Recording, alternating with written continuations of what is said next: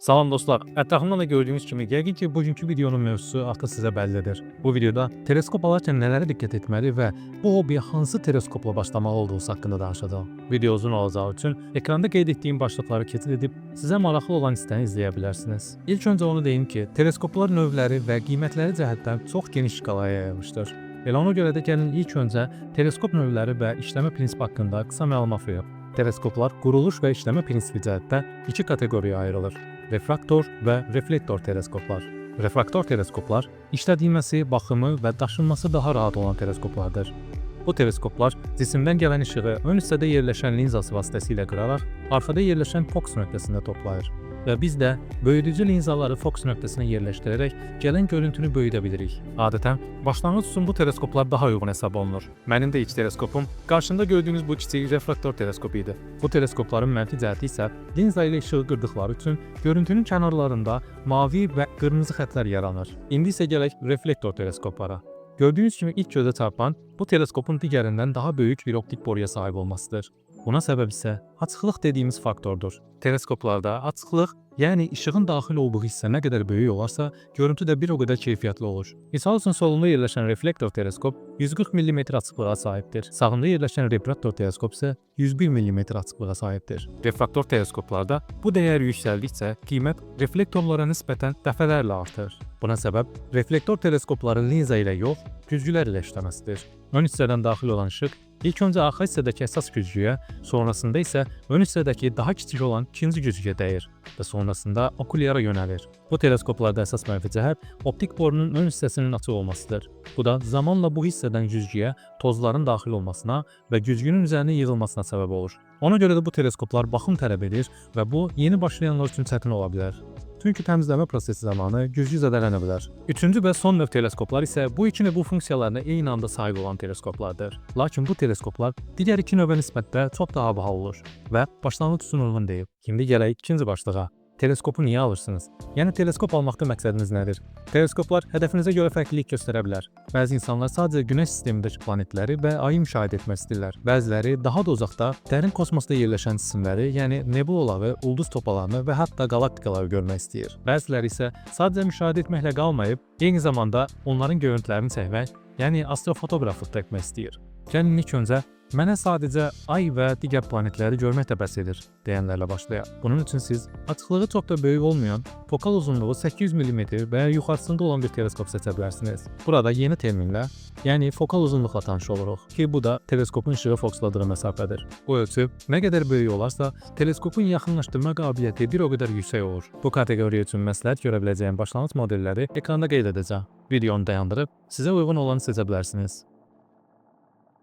İkinci olaraq, əgər Günəş sistemi sizə yaxın gəlirsə və mən buralardan uzaqlaşmaq istəyirəm deyirsinizsə, bu zaman biraz cüzdanımızın dərinliklərinə enəcəyik. Çünki bu dəfə daha böyük, fokal uzunluqdan əlavə açıqlığı da daha geniş teleskoplara ehtiyac olur. Nebulalar, ulduz topaları və digər qalaktikalar bizdən minlərlə, hətta milyonlarla işıq uzaqlıqda yerləşir və səmada çox kiçik yer tuturlar. Daha uzaqdakı bu cisimlərdən gələn işıq çox daha zəif olduğu üçün teleskopun da işıq toplama qabiliyyəti yüksək olmalıdır. Əks təqdirdə müşahidə etdiyimiz cisim solğun və bulanıq görsənəcək. Buna görə də teleskopun açıqlığının bu kateqoriyada ən aşağı 140 mm olması vacibdir. Yenə bu kateqoriyaya aid məsləhət gördüyüm teleskopları ekranda göstərəcəm. Videonu dayandıraraq sizə uyğun olanı seçə bilərsiniz. Və nəhayət gələk özümün də favorit kateqoriyası olan astrofotoqrafiyaya. Əgər siz teleskopda gördüklərinizi ölümsüzləşdirmək və digər insanlarla da paylaşmaq istəyirsinizsə, teleskopdan əlavə digər cihazlara da ehtiyacınız olacaq. Lakin bu video sırf teleskoplar haqqında olduğu üçün bu cihazlar haqqında digər videolarda danışacağam. Bu kateqoriyaya uyğun teleskop istəyirsinizsə, ilk öncə alacağınız teleskop ekvatorial montaja sahib olmalıdır. Bəs nədir bu ekvatorial montaj? Teleskoplarda əsas isə hər nə qədər optik borunun içindəkilər olsa da, ayaqlıqlar da böyük önəmə sahibdir. Teleskopu sabit saxlamaqdan əlavə, bu montajlar onu səmada istədiyimiz nöqtəyə yönəltməkdə lazım olur. Montajlar da öz aralarında 3 kateqoriyaya ayrılır. Ona görə də gəlin ilk olaraq ən sabitindən, yəni alt azimut montajlardan bəhs edim. Bunlar vasitəsilə üstündəki teleskopu düz bir şəkildə sadəcə sağa, sola, aşağı və yuxarı hərəkət etdirmək olur. Müşahidə üçün uyğun olsa da, astrofotoqrafiya üçün uyğun deyil. Çünki çəkiliş zamanı uzun pozlamalarda yerin fırlanmasını nəzərə almır və cismin görüntüsü zamanla pozulur. Lakin ekvatorial montajlar həm çəkiliş üçün, həm də müşahidə üçün qismən uyğundur. Əsas üstünlüyü isə bu montajlar vasitəsilə səmanın dönmə bucağına uyğun teleskopu istiqamətləndirə bilirik. Bəs niyə astrofotoqrafiya üçün qismən uyğundur derim? Çünki əgər siz ay deyil, daha uzaqdakı cisimləri çəkmək istəsəniz, sizə uzun pozlamalar zamanı həmin cismi izləmək lazım olacaq. Misal üçün deyək ki, Orion nebulasını 1 saat müddətində çəkmək istəyirsiniz. Montajın izləyici motoru olmadan siz bunu etmək istəsəniz, gərək hər dəfə bir neçə saniyədən sonra teleskopu cismə yenidən istiqamətləndirəsiniz və tam mərkəzə gətirəsiniz. Bu isə inanılmaz çətin bir prosesdir. Buna görə də bizə montajların üçüncü kateqoriyasına aid olan izləyici motorlu Go-to ekvatorial montajlar lazımdır. Bu montajlar baha olsa da sizi böyük bir yükdən qurtarır. Üzərindəki teleskopu istədiyiniz cismə avtomatik yönəldir və onu siz istədiyiniz müddət boyunca izləyir. Beləliklə, siz də istədiyiniz cismin şəklini teleskopa toxunmadan rahatlıqla çəkə bilirsiniz. Bu kateqoriyada teleskopun xüsusiyyətləri hədəflərinizə görə dəyişə bilər. Yenə də bu kateqoriyaya aid olan məsləhət görə biləcəyimiz yazıları və teleskopları ekranda paylaşacağam. Son olaraq gərək əsas hissəyə teleskop alarkən nələrə diqqət etməlisiniz? İlk öncə çalışın alacağınız teleskop bilinən bir markaya aid olsun. Bu sahədə ucuza qaçmayın. Çünki nə qədər adı bəlli olmayan bir teleskop alsanız, görəcəyiniz görüntü bir o qədər keyfiyyətsiz olacaq. Reklamlarda gördüyünüz bizim teleskopumuz 1000 dəfə yaxınlaşdırır, bizimki 2000 dəfə yaxınlaşdırır kimi sözlərə fikir verməyin. Teleskoplarda əsas olan hissə əvvəl də dediyim kimi işıq toplama qabiliyyəti, yəni açıqlığıdır.